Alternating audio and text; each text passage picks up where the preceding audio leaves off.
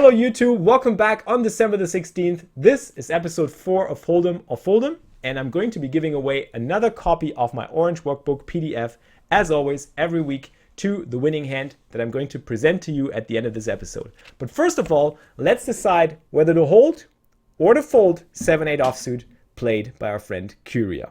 Curia, first of all, congrats. You win a copy of my Orange Workbook PDF. It's worth $9.99. It's a pre-flop quiz, and you can test and train your pre-flop decision-making in cash games with it, available on my shop on grindingitup.com. So let's check out the hand that Curia played. We were facing an open from the hijack position to 12 cents. And the question that we have to ask ourselves first is, are we going to defend the hand as weak as 7-8 offsuit? I would usually recommend no to beginning players. The pot odds are great and we're closing the action. So if you're experienced and if you're comfortable playing a hand as weak as that, out of position without initiative, go for it. So we're making the call and the flop comes 8-4 deuce 2 clubs. Now Curia goes ahead and leads for 15 cents into a pot of 25. I do not mind this play, but it has some downsides. We could potentially get raised. If we get called, we do not really know much about our opponent's range. If we check, however, we can let him fire a c-bet with as wide of a range as possible. If we lead out here, he might consider folding his overcards. He might consider folding his ace highs.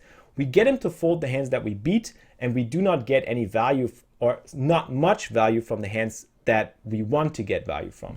So effectively, we do get calls from weaker pairs. We do get calls from flush draws.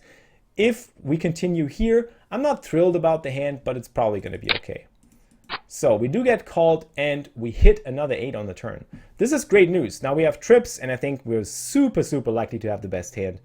A set is not necessarily going to raise us on the flop, so we could still be behind to pocket fours or pocket deuces, but we should have the best hand so often. We need to get some value. I think we should continue betting if we started to bet out on the flop, but I don't mind checking here in order to give our opponent a chance to try and take a stab at the pot.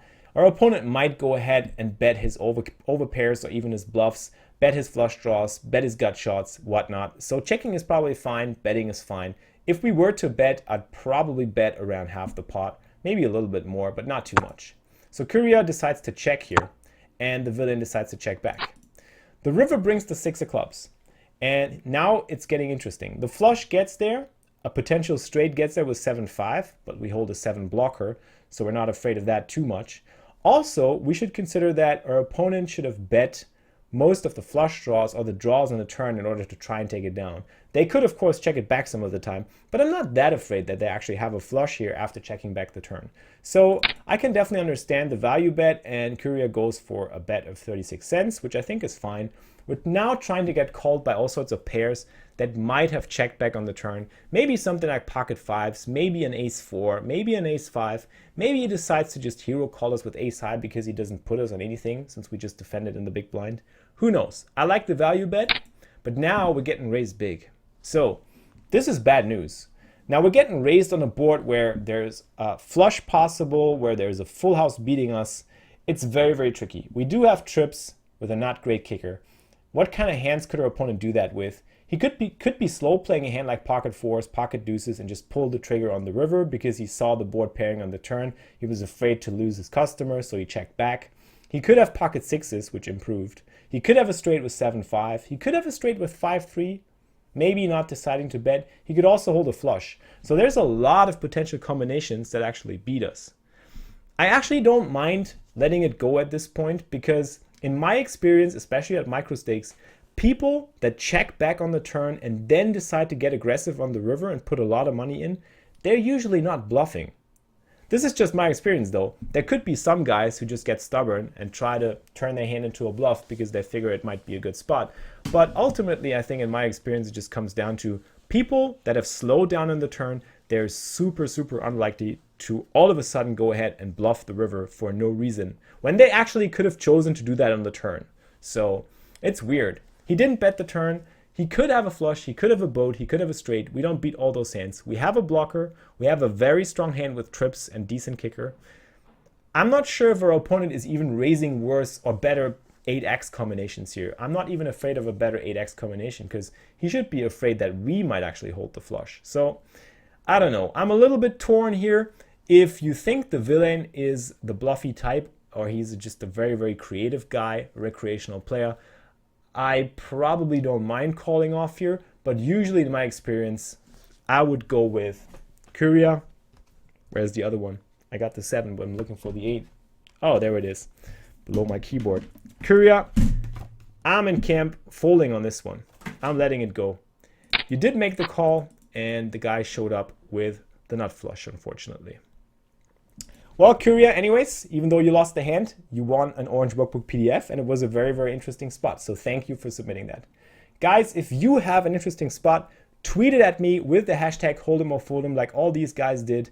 And for this week's episode, I picked a very interesting spot from Blankenstein. Blankenstein, what's your name on Twitter? There we go, R. Blankenstein. He had a Hold'em or Fold'em spot. He tweeted it to me on December the 8th. So this is going to be very interesting. 8, 9 of hearts. Let's check it out, guys.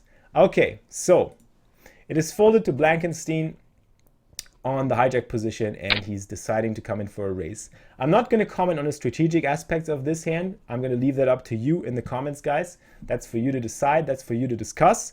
And as always, Blankenstein, because I picked your hand, Orange Workbook PDF is going out to you, buddy. I'm going to contact you on Twitter. Going to get your email. I'm going to mail that out to you, and I hope you enjoy the read. So you open with the 8-9 suited, and you're facing a 3-bet from the small blind to 40. Player 3 makes the fold, and you decide to make the call. The flop comes ace 4-6 with 2 hearts, and the player decides to check. Now Blankenstein is checking back. Do you agree with that? Would you have played it any different, guys?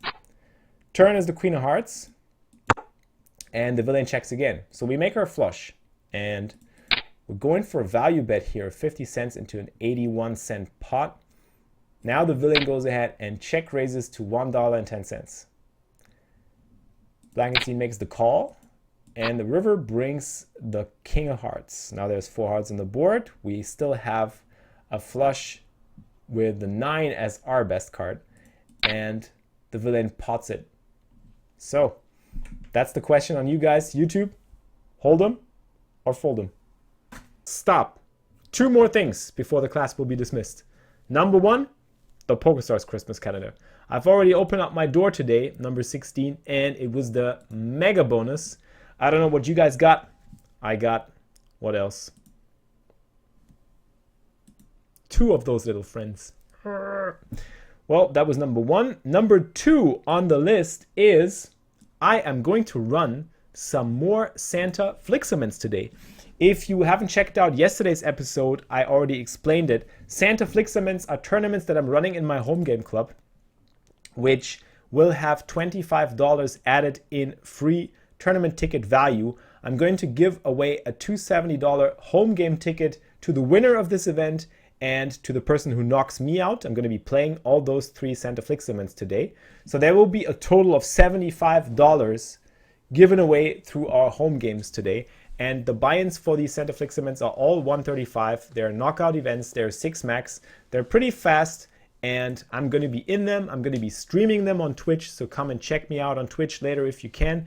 Those games will be streamed live, so you will see your name on the screen. You'll also get the benefit of, if you place in the places 2 to 16, you'll get a free 135 tournament ticket. So it basically is a free roll. I hope you enjoy those Santa FLIXAMINDs. All you got to do is join our home game club. I'm going to show you one more time how to do that. You just go to your PokerStars software. You go to the More button down below here. You click on the Home Games tab, and then you'll just click on Join a Poker Club. The ID is 874748, and the password is FLIXEXP. I know it's tough. GESPIELER.